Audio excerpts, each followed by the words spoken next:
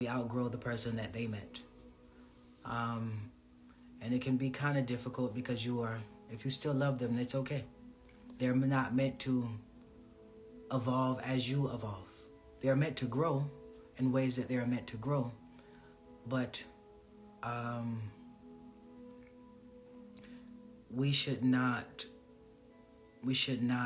judge growth as something tangible, growth as something with labels, and growth as something that you can say, yo, you're not growing or you're growing.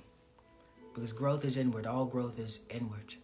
So the best thing that you can do while you're there is be an example and continue to be an example.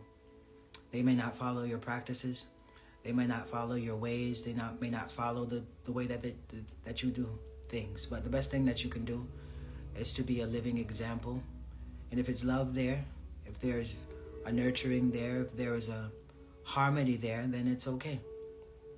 Because our partners are not called to be us. And we are not called to be our partners. And if we truly vibrate out of that relationship, we will vibrate out of that relationship peacefully, blissfully, with mutual acceptance. So it's nothing that you have to force. Continue to grow. The grass grows where you water it. And so continue to offer gems. Continue to be a reflection. Continue to be of service. Continue to offer yourself in love. Because that person is not that person. That person is God disguised as that person. And when God says, God knows. God knows your thoughts. God knows their thoughts. And so you don't have to have some sort of discontent with that person or disapproval of that person or judgment of that person, because that person is God disguised as that person. So try your best to connect and commune with the God within that person and the God within you. And God knows. God has brought you two together. And when God says, okay, it's time to this lesson, this school is over, or this you've graduated, then you've graduated. But don't feel so bad about it. Don't try to force it to be anything, because that relationship is God coming to you to teach you about something about you. And that has allowed you to grow in the way that you've grown.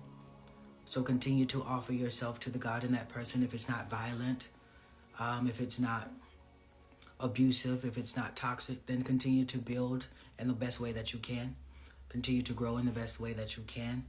And be the love that you are, Again, we don't, in any relationship, sometimes we call it a spiritual relationship. We don't have to have the same ideologies, philosophies, perspectives, because all of these things are just content.